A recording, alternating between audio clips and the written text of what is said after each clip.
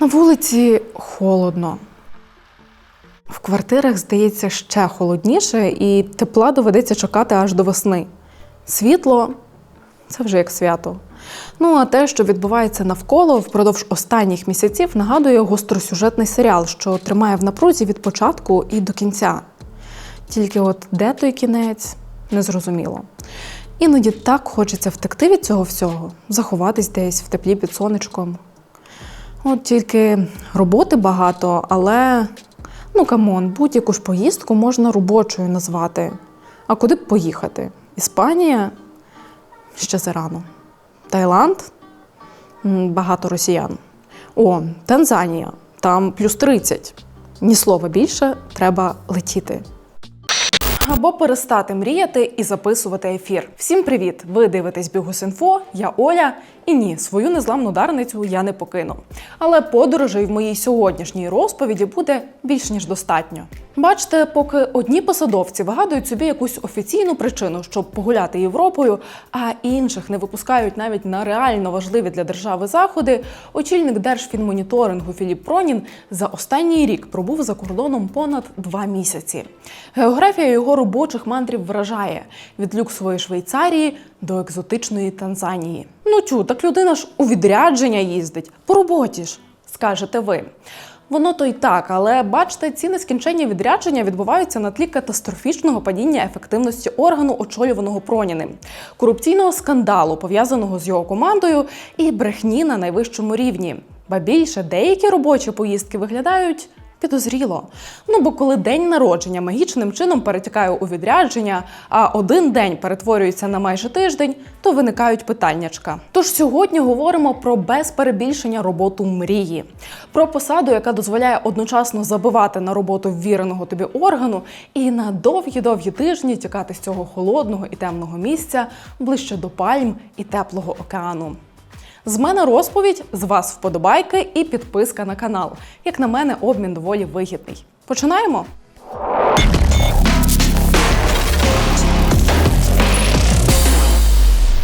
Я так розумію, що пан Пронін ще на лікарняному. Минулого разу у нас теж, ми очікували пана Проніна, він був на лікарняному. Це кадри з засідання парламентської тимчасової слідчої комісії по Міндічгейту 21 січня.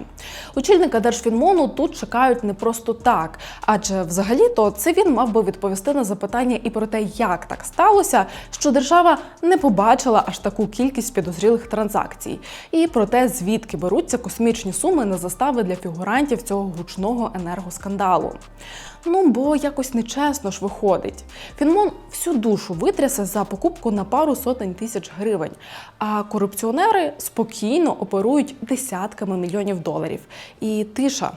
Але відповідати Пронін не дуже поспішає. Причина поважна – лікарняний. Захворів. Буває. Втім, наступного ж дня ми спостерігаємо магічне зцілення, бо хвороба тут для засідань ТСК. Хто ж хоче на ТСК? Особливо, коли тебе отак тут зустрічають. Пронін, геть за Єрмаком! Пронін, геть за Єрмаком! Так отож, відтак, поки депутати, не дочекавшись Проніна, розійшлися, сам Пронін погнав у мандри.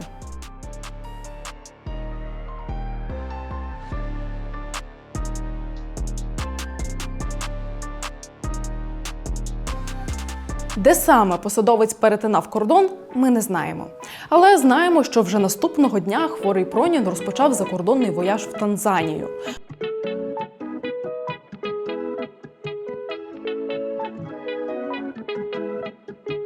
Бо ж там засідання Егмонтської групи. Це вам не слідча комісія, це рівень. І заодно причина дуже різко одужати. Один з днів цього міжнародного заходу був, наприклад, присвячений питанням незаконної торгівлі дикими тваринами. Це, звісно, була не обов'язкова частина програми, але я думаю, як же керівник українського фінансового моніторингу може таке пропустити? Та ніяк, логічно ж. Коротше, ви зрозуміли, поїздка ця робоча. Принаймні так вказано в документах. Але ж от незадача. В Проніна, який повинен вміти дуже добре рахувати, бо ж очолює він цілий Фінмон, тут якось не склалося з математикою. Бо засідання Егмонтської групи тривали протягом 4 днів, а Пронін вибив собі відрядження на 11. Злі язики одразу б сказали, явно відрядження було використане для святкування дня народження дружини Проніна, який, о диво, був якраз в переддень від'їзду і магічного одужання посадовця. Але я в це не вірю. Може, квитків назад довго не було? Або в Танзанії ефективніше проводити якісь фінансові розслідування. Врешті Пронін повернувся 3 лютого. Але, як і в самурая, в очільника Фінмону є лише шлях. Тож того ж тижня він поїхав в наступне відрядження – в Мексику.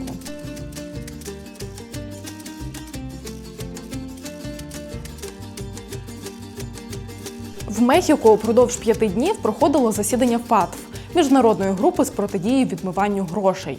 Пронін же йде на майже 2 тижні. Знову щось з математикою не виходить. А ні, виходить.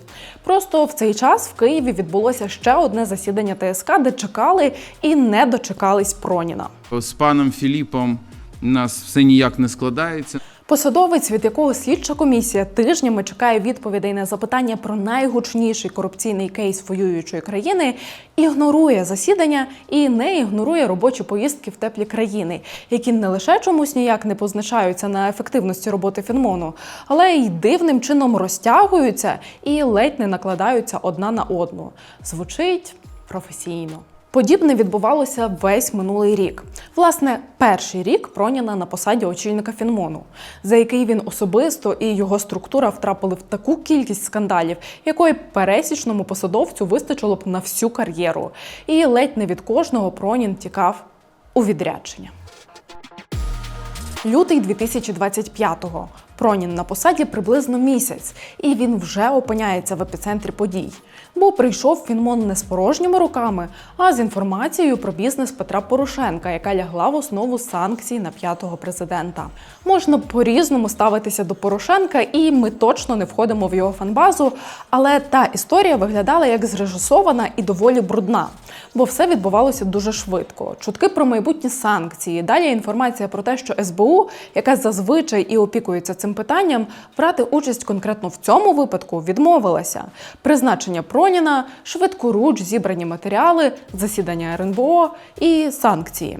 Виглядало так, що Проніна чи не для цього сюди і призначили. Я просто здивований, що раніше фінмоніторинг ніхто нічого нам не показував. Сам Пронін тоді у соцмережах пише: «Маємо вагомі досягнення. І це тільки початок. Починається скандал. Соратники Порошенка штурмують Фінмон, вимагаючи показати бодай якісь докази протиправних дій 5-го президента. Але сам Пронін пакує валізи і їде в Париж».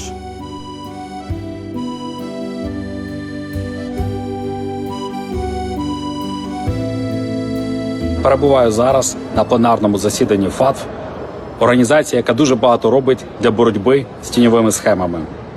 Ми продовжуємо працювати над зміцненням партнерських відносин з нашими міжнародними колегами. Міжнародна співпраця – це важливо, не сперечаюсь. Але Пронін в той момент очолює структуру лише місяць. Велика частина команди, афільована з попереднім керівником, звільнилася. Нову ще ніхто не набрав. Плюс історія з Порошенком вже неслася повним ходом. Але керівник Фінмону вирішує, що займатися цим не на часі. Бо пленарне засідання ФАТФ. Далі весна. І нового очільника фінмоніторингу депутати вперше кличуть на доповідь. Розпитати про актуальні проблеми в економічній безпеці. І, думаю, про санкції та про роботу фінмоніторингу загалом теж цікаво було б поговорити. Депутати запрошують його на засідання тимчасової слідчої комісії, але він вперто їх ігнорує. Сьогодні мало бути засідання ТСК щодо питань фінансових шахрайств та дропів. Був запрошений голова Фінмону Філіп Пронін. Але чомусь в останній момент у пана Проніна з'явились міжнародні зустрічі. І на засідання ТСК він не з'явився. Просто без будь-яких офіційних повідомлень. Можу припустити, Пронін вже готувався до свого наступного відрядження. Бо в червні в нього знову Франція. Цього разу Страсбург. Минулого тижня працювали в Страсбурзі. Долучився до спільного пленарного засідання ФАТФ та Манівал у Раді Європи. Те, що долучився, це дуже круто. Але дуже хочеться знати, так результат якийсь від цього долучення був? Ну чи яка мета цих поїздок? Окремо наголошено, призупинення членства Російської Федерації у ФАТФ залишається чинним. О, ну це звучить як мета. Ці міжнародні зустрічі дійсно могли би стати для України ще однією нагодою заявити про фінансові ризики, пов'язані з Росією, та ініціювати включення РФ до чорного списку ФАТФ. Але ключове тут могли би, бо попри те, що Пронін регулярно долучався, віз нікуди не їхав. Українська делегація на чолі з Проніним чомусь, за даними наших колег з «Дзеркала тижня», не зробила абсолютно нічого, щоб засудити дії Росії. Як і на попередньому засіданні у лютому в Парижі, ця тема залишилась поза фокусом організації. Ефективність. Ну, зате долучився. Франція ж прекрасна. До речі, а якщо ви хочете долучитись? Ні, не до Франції, а до нашої роботи, підписуйтесь на підтримку на сайті, Патреоні або оформлюйте спонсорство. Усі лінки в описі під цим відео. Так, а ми йдемо далі. Точніше, Пронін їде далі. Липень 2025-го. Пронін в Люксембурзі. Знову долучається. Долучився до пленарного засідання групи «Егмонт». Для нас це можливість не лише бути учасниками глобального обговорення ключових викликів, а й представити власний досвід, зокрема у контексті протидії фінансуванню війни, відмивання коштів та обходу санкцій. Це допис Проніна 9 липня. Досвідом протидії відмиванню коштів очільник Фінмону їде ділитися на тлі масштабного корупційного скандалу за участі екс-віцепрем'єра Чернишова. Напередодні НАБУ та САП вручили йому першу підозру в отриманні, по суті, хабаря за послугу для відомого забудовника. І, як виявилося вже в подальшому, Чернишов довгий час отримував величезні суми з тіньового бек-офісу, звідки курували схемами на енергоатомі на побудову котеджного містечка під Києвом для президентського оточення. Але Фінмон, який дуже пильно стежив за діяльністю Порошенка, в цьому випадку пильність якось втратив. Ну, не побачив, не розгледів. Тож спрацювали НАБУ і САП.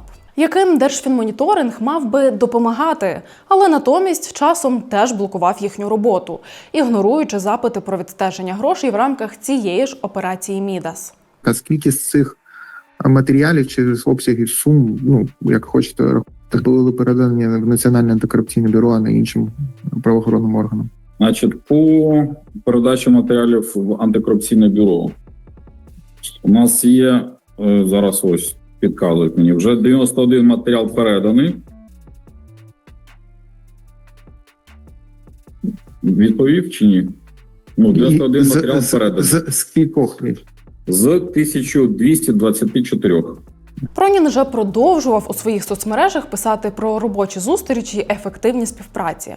Щоправда, для кого ефективні – незрозуміло. Втім, картинки в публікаціях Проніна красиві, а заяви гучні.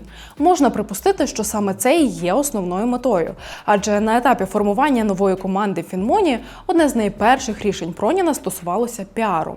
Я минулоріч розповідала про те, як на тлі масових звільнень новий керівник оформив сюди фотографку, як головного спеціаліста стратегії розвитку фінансового моніторингу, і піарницю, як головну спеціалістку відділу аналітичного забезпечення роботи керівництва. Але далі була осінь, така дуже гучна і скандальна в корупційному плані загалом. Проніна ця хвиля теж зачепила. І так, посадовець традиційно взявся ховатися від неї за черговими відрядженнями. Вересень 2025-го. Нардеп Ярослав Железняк публікує розслідування про фортифікації на Донеччині, за які відповідала Полтавська ОВА на той момент під керівництвом Проніна. В цьому будівництві знайшлося абсолютно все, що зазвичай і знаходиться. Фіктивні послуги, завищені ціни, фірми-прокладки і щонайменше 200 мільйонів гривень, які, очевидно, пішли не на будівництво. Відбиватися Пронін знову взявся картинками. Щоправда, вже не в соцмережах, наживо. Проект укріплення було розроблено Міністерством оборони. Для підтвердження цих слів я вам приніс справжні фотографії. Це перекрита ділянка траншеї. Картинки, ймовірно, не стали аргументом для антикорів, тож за історію взялось НАБУ. НАБУ вже розслідує 14 окремих кейсів, які пов'язані з оцією діяльністю полтавських реформаторів. І от уявіть, вас протягом року супроводжують різні скандали і звинувачення, а ще й кримінальне провадження. Що робити? Їхати за кордон, звісно. Тим паче у вас 29 вересня день народження, тож вже 30-го Пронін летить в Цюрих. Там у посадовця запланована зустріч із міжнародними партнерами.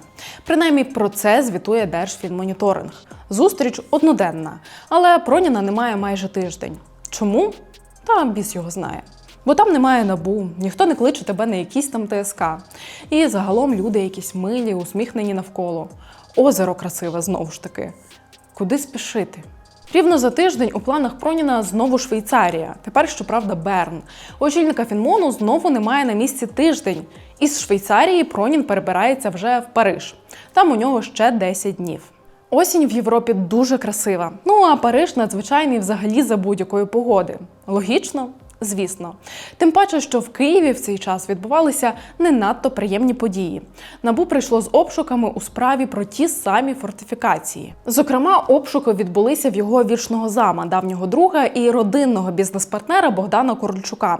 В результаті суд наклав арешт на вилучення антикорами понад 3 мільйони гривень готівкою, ще майже 280 тисяч доларів, стартові пакети, сімки, диски, печатки та купу документів про різні компанії і різних ФОПів. Такий собі набір юного тендерного схематозника, не інакше. А що сам Пронін? Сам Пронін не пробивний. В його фокусі важливі міжнародні зустрічі. Про них він сам і пише прямо в той буремний період. У жовтні відбулося кілька важливих міжнародних зустрічей за участю України. Подібні зустрічі підсилюють довіру, демонструють результати реформ і сприяють спільній роботі проти фінансових загроз. Довіра, реформи, боротьба з фінансовими загрозами.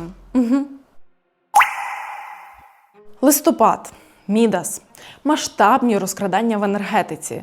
Друг президента Тімур Міндіч, чинні та колишні посадовці. Наслідки ми відчуваємо й досі. Гроші в цій справі, судячи з прослушок, текли рікою. Текли в різних напрямках. Он навіть двушка на Москву була. Держфінмоніторинг в цій історії мав би стати ключовим органом, адже саме їм доступна інформація про будь-які транзакції, ланцюжки виведення і загалом про рух коштів. Але по декільком чутливим, можна сказати, провадженням запити ми доволі аномально довгий час очікуємо. Це скільки, рік? Це менше року, але тим не менш, так? ви уявляєте? Правоохоронний орган звертається до профільної установи з проханням дати інформацію. Це не про право чи опцію, це про обов'язок. Але профільна установа тупо морозить НАБУ. Про це ж саме на першому ж засіданні ТСК по Міндічгейту говорить і детектив НАБУ. Давайте ми не будемо називати назви, а скажемо про одного виробника БПЛА, щодо якого в січні був запит на проведення роботи фінмоніторингу. До цього часу Національне антикорупційне бюро не отримало офіційної відповіді щодо цього виробника БПЛА від фінансового моніторингу. Це я можу сказати як детектив, який відправляв цей запит, як який очікує відповідь на нього. За іронією долі, в той момент ніяких дуже важливих міжнародних заходів не відбувалося. Тож Проніну на засідання теж довелося прийти. І навіть спробувати якось відповідати на звинувачення. В січні був запит, станом на кінець листопада офіційної відповіді немає, ми почали відправляти наші запити на закордонних партнерів. І, як ви знаєте, по-різному відповідають наші партнери. В декотрих країнах є можливість надавати інформацію, в декотрих країнах немає можливості. Теза коротенька, але питань по ній в мене аж два. Перше, це ж як треба поспішати, щоб отримати запит в січні і тільки в лютому почати щось кудись по ньому розсилати. Друге, а як же так треба було цілий рік тижнями налагоджувати відносини з партнерами, щоб вони тобі не відповідали? Ви ж можете співпрацювати з вашими колегами, ПФРами Не може. з інших країн. Не може. Як? Не можу звучало і у відповідь на звинувачення в неблокуванні дуже підозрілих застав запідозрюваних в цій справі. У листопаді під заставу вийшли двоє перших – Леся Устименко і Людмила Зоріна. Як з'ясували наші колеги зі схем, за них 37 мільйонів гривень внесла компанія із статутним капіталом 1000 гривень, створена у травні 2025 року. Ще одна фірма з капіталом 100 тисяч гривень перерахувала майже 100 мільйонів застави за Ігоря Фурсенка, який фігурував у справі під кодовим ім'ям Рьошик. Що каже Фінмон, який, нагадаю, може причепитися до купівлі старої тачки і вимагати з десяток різних папірців і підтверджуючих документів? Каже, що нічого не бачить, бо не має доступу до банківських транзакцій. І взагалі нічого підозрілого в тих перерахуваннях не було. І що служба тільки постфактум перевіряє походження коштів, а блокувати внесення застави не може. Щоправда, потім виявилось, що все-таки може, якщо буде тиск і розголос. Вже в лютому стало відомо, що Фінмоніторинг заблокував заставу за ще одного фігуранта справи Мідас. Сталося це блокування вже після публічного розголосу і низки публікацій в медіа про вибрики Фінмону в розслідуванні справи. Коротше, тяжкими видалися для Проніна січень і лютий. Тож треба була розрядка. Відтак я ще на початку розповідала про вояж в Танзанію, а звідти в Мексику. Звідти посадовець мав повернутися буквально вчора, 18 лютого. Загалом же за рік з хвостиком на посаді голова фінансової розвідки провів у закордонних відрядженнях понад 70 днів, приблизно 2,5 місяці. Це без врахування відпусток і лікарняних. За рік роботи в Фінмоні Пронін втікав купу разів. Втікав від нас. Втікав від опонентів. Пронін, геть за Єрмаком. Втікав від депутатів. Я так розумію, що пан Пронін ще на лікарняному. І, зважаючи на ефективність роботи і сліпоту в найгучніших скандалах року, втікав і від роботи. Втікав в Париж, Цюрих, Берн, втікав в Танзанію і Мексику, втікав в Люксембург. Десь день ставав тижнем, десь тиждень – 2, а десь одна поїздка плавно переходила в іншу. Так само тижнями і місяцями тут, в Україні, набушники від Проніна очікували сприяння, допомоги, банально попрацювати врешті-решт. Але ні. Втім, для чого допомагати органу, який вже і до тебе дотягується? А в твого найближчого оточення повитягав кеш, печатки, документи різні. Гроші ж люблять тишу. Фінансова розвідка, схоже, теж. Рано чи пізно втікати буде вже нікуди. І тоді таки доведеться відповісти на всі запитання. Тим паче їх вже назбиралася якась критична кількість. Красивими фото та гучними дописами від найнятих під виглядом головних спеціалістів-піарників вже не обійтися. Друзі, дякую, що додивилися це відео до кінця. Якщо воно вам сподобалось, не забувайте поставити вподобайку. Вони нас дуже мотивують. А ще пишіть у коментарях, звідки ви нас дивитесь. Цікаво, чи Пронін вже побував там у відрядженнях. А ще обов'язково поширюйте це відео, так його побачить більше людей. До зустрічі у наступних випусках.